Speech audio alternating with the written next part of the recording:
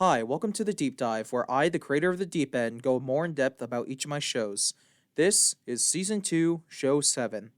So, starting off, when it came to actually making them, I was actually a lot more prepared because since I had to write the script not for just myself, but also for my teacher, the guy who played Dave, I needed to make sure that it was done early enough so that he had time to read it over, print it out, other such.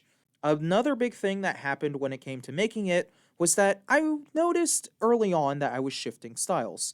Because normally the format is I would choose songs, craft a story around them. You get the idea if you've listened to the shows.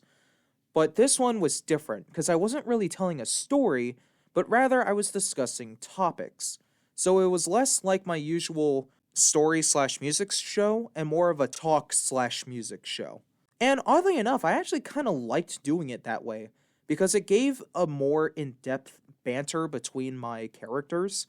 Because I always worry, like in the story parts, that one character talks for so long that every other character is like non existent. So this really gave a chance for all of it to kind of feel like actual conversations.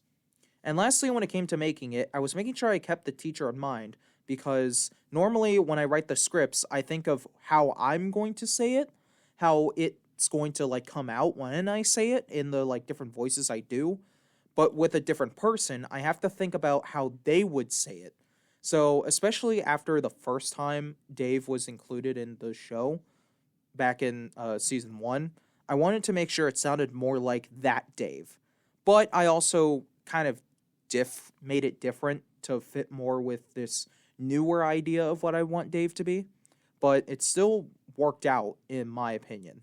Now, when it came to performing, the first thing was me and my teacher had an amazing banter. We were so lively with our characters. Sure, there were some, hiccups here and there that just naturally happens, but considering this is only the second time he's done this with me, he did an amazing job. I did an amazing job with him. Together, we did an amazing job. Another thing is that there was actually some really good technical work in this. Now, show 6 was the most complicated with all the individual sound bites that I had to use, which was way too many. This one had a couple, but they were long enough that I had time to switch some of them out. So I actually made a lot of the sound effects move a lot more smoothly, and I feel like it really added to the background of the show that it's taking place in. And lastly, the biggest thing I did in performing it was noting script changes. Typically, the general thing is I just type what character is saying what line and, go from there, like a regular script. But I found issue in how I was doing it. So I'll usually leave just like, let's say, I'll put an X for Xander, and then a DJ for DJ, a K for Crawton, and ALE for Al.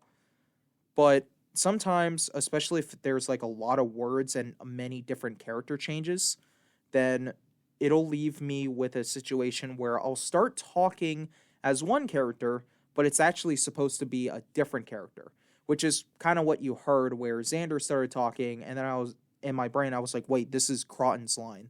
So I had to quickly come up with a excuse or, some little funny banter as if it was a mistake by the characters and not a mistake by me, which I really also feel like I've been doing a lot better at, so that it kind of like, you can still tell when I make the mistake, but it's a lot harder for you to focus on the mistake. And lastly, when I was re-listening to it, ultimately, it was a great show, and I was satisfied.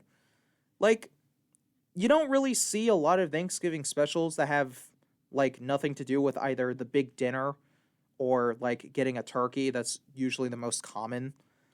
But I feel like mine really is different in how, like, they weren't just, sitting together having a big meal. They were actually discussing why are we bothering to do any of this.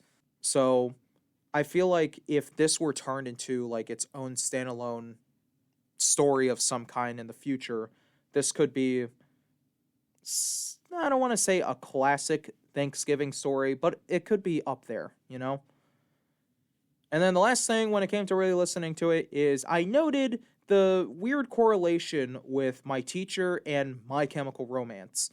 So back in season 1, show 8, I played Helena, which is a My Chemical Romance song. Then here in show 7, I played Welcome to the Black Parade, a My Chemical Romance song. In both of those shows, Dave was present. Mind you, that was not intentional. I almost kind of want to make it a running gag so that the next show, because I'm probably going to bring Dave at least one more time for season 3, is I'll play another My Chemical Romance song and then Dave will probably mention it. Kind of thinking toward the future a bit. And so we've come to the end of it. So if there was anything that you wanted me to answer a bit more, or if you just had a general question, feel free to drop it down into the comments, and I'll get to it as soon as I can. And with that, you have yourself a great day.